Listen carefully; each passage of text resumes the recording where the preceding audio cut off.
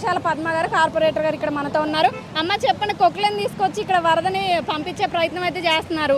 ఇక్కడ చాలా మంది ఇబ్బంది పడుతున్నారు, నష్టపోయారు. వాళ్ళకి మరి మీ తరపున ఏమన్నా న్యాయం జరిగే అవకాశం ఉందా? తప్పకుండా ప్రజలను తప్పకుండా ఆదుకుంటాను. మేము ప్రజల మధ్యకు వచ్చాము.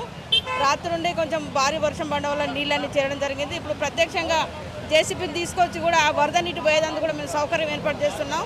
ఇప్పుడు ఏదైతే జనాలు నష్టపోయారో వారికి కూడా మా గవర్నమెంట్ తరఫున ఆదుకుంటాము. మా మంత్రి గారు కూడా ఉన్నారు.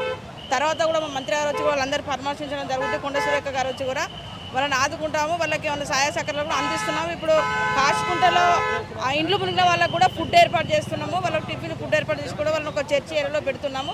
ఈ వరద నీరు కూడా పోయేటట్టు ఏర్పాటు చేస్తూ ఉన్నాం. మెయిన్ ఏదైతే ఈ డివైడర్ ఉందో ఇది హైట్ తగ్గడం వల్ల ఈ ప్రాబ్లం అవుతుందని చెప్తున్నారు. అది వాస్తవం ఏమంటారా? దీన్ని మరి ఎక్స్టెన్షన్ చేసే ప్రయత్నం ఏమైనా ఉందా? దానికి కూడా ప్లానింగ్ ఉన్నది. ప్రతి సంవత్సరం కూడా ఇట్లా అవుతున్నది. దానికి కూడా ప్లానింగ్ ఉంది. కానీ ఇది పెద్ద ఎత్తున ప్లానింగ్ ఉంది కాబట్టి వచ్చే సంవత్సరం వరకు కూడా ఇది రాకుండా చేయాలనే ఉద్దేశంతో కూడా మా మంత్రి గారు కూడా నిర్ణయం తీసుకున్నారు. దీన్ని బ్రిడ్జ్ చేయడమా, అటు మైసై నగర్ కూడా మునుగుతున్నది ఈ వరద వచ్చి నీళ్లకు.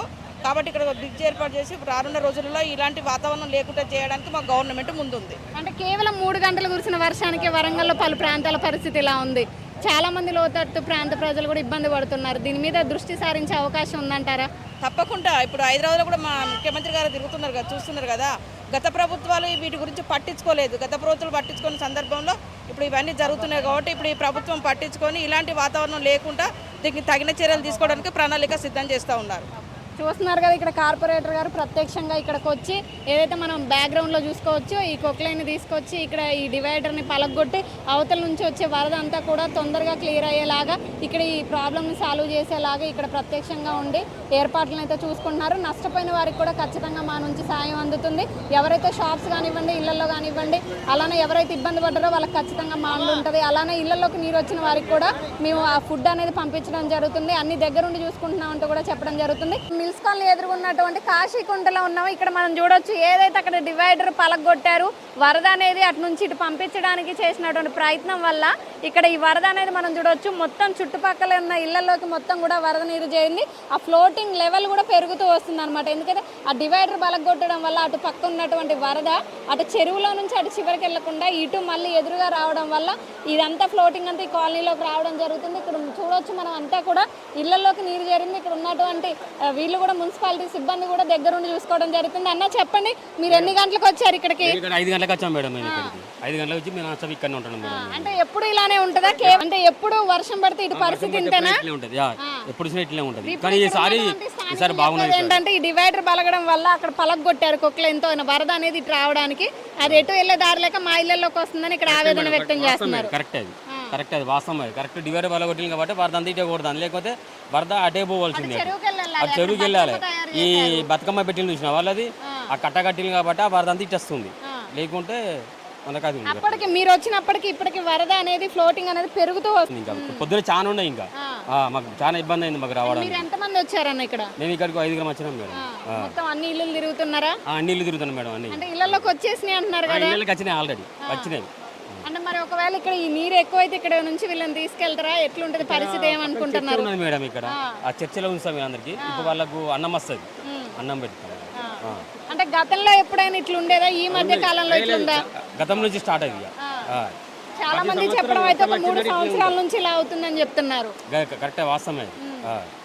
చూస్తున్నారు కదా, దీనికి కేవలం అవతల పక్కన ఉన్న రోడ్డుకి మధ్యలో ఏదైతే డివైడర్ అనేది చిన్నగా చేయడం కానివ్వండి, అవతల మిల్స్ కాలనీ ఎలకాల బతుకమ్మ బొమ్మని తయారు చేయడం కానివ్వండి, ఇలాంటి అనేక కారణాల వల్ల దానికి ఎదురుగా ఉన్నటువంటి మిల్స్ కాలనీ, పోలీస్ స్టేషన్కి ఎదురుగా ఉన్నటువంటి ఈ కాలనీలన్నింటిలో కూడా వరద అనేది రావడం జరుగుతుంది. మీరు చూడొచ్చు కూడా ఆ వరద ఫ్లోటింగ్కి సంబంధించి ఆ ప్రెజర్ అనేది ఎంత వస్తుంది అనేది కూడా మీరు చూడొచ్చు. అంతకుముందు తక్కువ ఉండేది, కానీ ఇప్పుడు అక్కడ మీరు చూశారు ఇంతకుముందు వీడియోలో ఏదైతే రోడ్డు డివైడర్ని పలగొట్టి కొక్లైన్తో ఆ వరద అంతా ఇటు పంపించే ప్రయత్నం చేసినప్పుడు అక్కడ వరద క్లియర్ అవుతుంది. కానీ ఇటు పక్కన ఉన్నటువంటి ఇళ్లలోకి నీళ్ళు వస్తున్నాయి. ఇక్కడ చిన్నపిల్లలు కానివ్వండి, పెద్దవాళ్ళు కానివ్వండి, ముసలి వాళ్ళు కానివ్వండి, చాలామంది ఇబ్బంది పడుతున్నారు. ఇక్కడ కనుక ఎవరైనా చిన్నపిల్లలు కింద పడితే ఎవరు చూడకపోతే పరిస్థితి ఏంటి అసలు? ఇలా ఉండడం వల్ల ఆ డ్రైనేజీలో కానీ ఎక్కడైనా పిల్లలు పడితే పిల్లలు కనిపించే పరిస్థితి కూడా లేదు.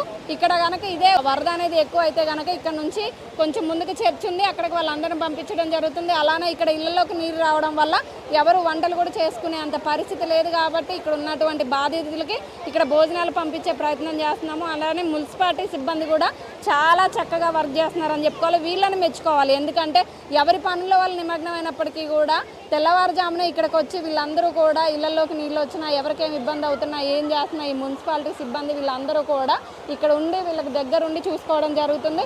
వరద ఎక్కువ అయిన వాళ్ళని ముందుకు పంపించడం జరుగుతుంది. ఏమైనా ఇబ్బందులు ఉంటే కూడా దగ్గరుండి చూసుకుంటున్నారు. అలానే వీళ్ళని నిజం కూడా అప్రిషియేషన్ చేయాలనుకోవాలి. కరోనా టైంలో కానివ్వండి, ప్రతిరోజు కానివ్వండి, ఎంత చెత్త పేరుకుపోయినప్పటికీ కూడా వీళ్ళు తమ ప్రాణాల సైతం లెక్క చేయకుండా వీళ్ళు విధులు నిర్వహిస్తున్నారు. అలానే ఇందాక మనం అక్కడ చూసిన డివైడర్ దగ్గర కరెంటు ఎర్త్ అయ్యే పరిస్థితి కూడా ఉంది. ఇలాంటి నీళ్ళల్లో వైర్లు ఎక్కడైనా పడ్డా కానీ కరెంటు ఎర్త్ వాళ్ళ ప్రాణాలకు కూడా ప్రమాదం వచ్చే అవకాశం ఉంది. అలానే ఇలాంటి వరదలో పాములు తేళ్ళు అవన్నీ కొట్టుకొస్తుంటాయి. వాటన్నిటిని కూడా పక్కకు పెట్టి వాళ్ళు విధి నిర్వహణలో వాళ్ళ డ్యూటీ అయితే చాలా చక్కగా నిర్వహిస్తున్నారని చెప్పుకోవాలి. థ్యాంక్ యూ అన్న. ఇక్కడ మనం చూసుకోవచ్చు మొత్తం అంతా నీరంతా కూడా ప్రతి ఇళ్లలోకి వెళ్ళిపోతుంది. ఎవరు కనీసం వంట చేసుకునే పరిస్థితి కూడా లేదు.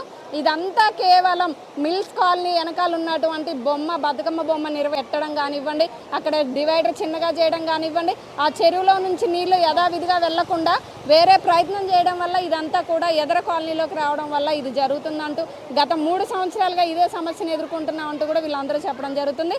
ఇలాంటి మరిన్ని వార్తలు మీ ముందు తీసుకొస్తుంది మీ ఆర్ఎన్ టీవీ. Keep watching.